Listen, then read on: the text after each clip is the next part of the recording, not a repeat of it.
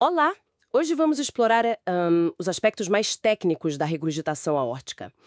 O foco vai ser o perfil hemodinâmico e os sons cardíacos, sabe? Aqueles que a gente ouve. Exato. E principalmente aquele sopro cardíaco bem característico, né? O diastólico em decrescendo. Esse mesmo.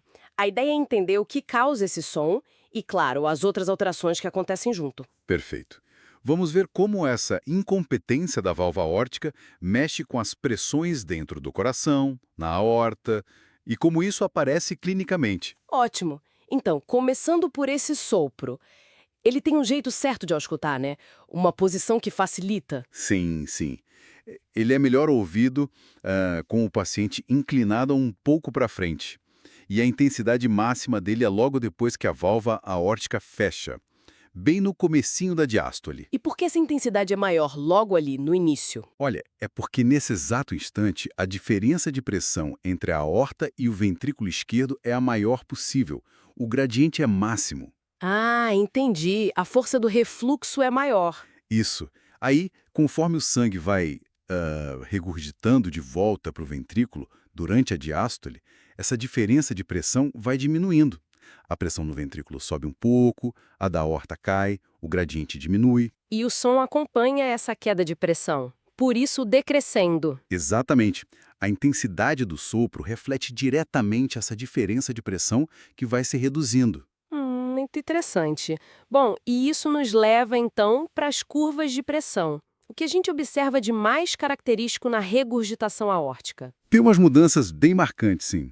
A primeira, talvez a mais clássica, é a perda da incisura dicrótica na curva de pressão da aorta. A incisura dicrótica, aquela pequena subida na pressão logo que a válvula fecha? Essa mesma. Normalmente ela reflete o fechamento da válvula e um pequeno refluxo fisiológico que causa um repique na pressão. Na regurgitação, como a válvula não fecha direito, o sangue volta imediatamente para o ventrículo. Esse refluxo significativo meio que apaga essa incisura da curva. Ela some ou fica bem diminuída.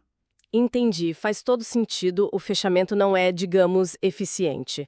E qual seria a segunda alteração importante? A segunda é uma queda bem mais rápida, mais íngreme, da pressão aórtica durante a diástole. Mais rápida que o normal? Bem mais rápida.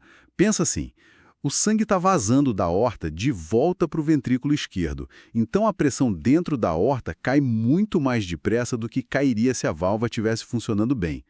Isso leva a níveis de pressão diastólica aórtica mais baixos que o normal. Ok, perda da incisura e queda rápida da diastólica. E a terceira?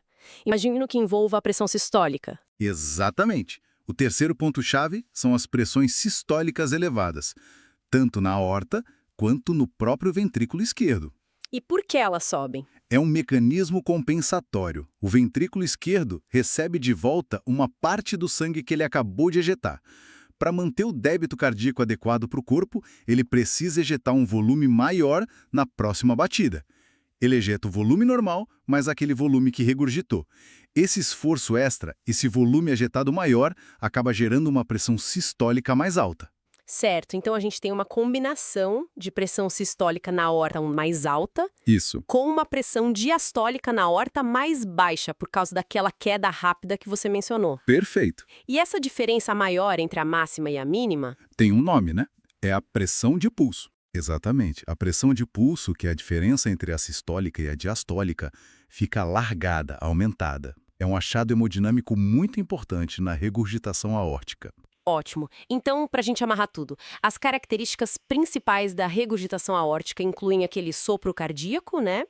Diastólico em decrescendo. Isso, que começa forte logo depois da segunda bulha e vai diminuindo. E que a gente ouve melhor com o paciente inclinado para frente. Exato. E do ponto de vista hemodinâmico, os marcadores são a perda da incisura dicrótica na curva da aorta, Uhum. aquela queda bem rápida da pressão diastólica aórtica, e pressões sistólicas elevadas, tanto no ventrículo quanto na aorta. Resultando na pressão de pulso alargada. Exatamente. Esses são os achados técnicos, as assinaturas dessa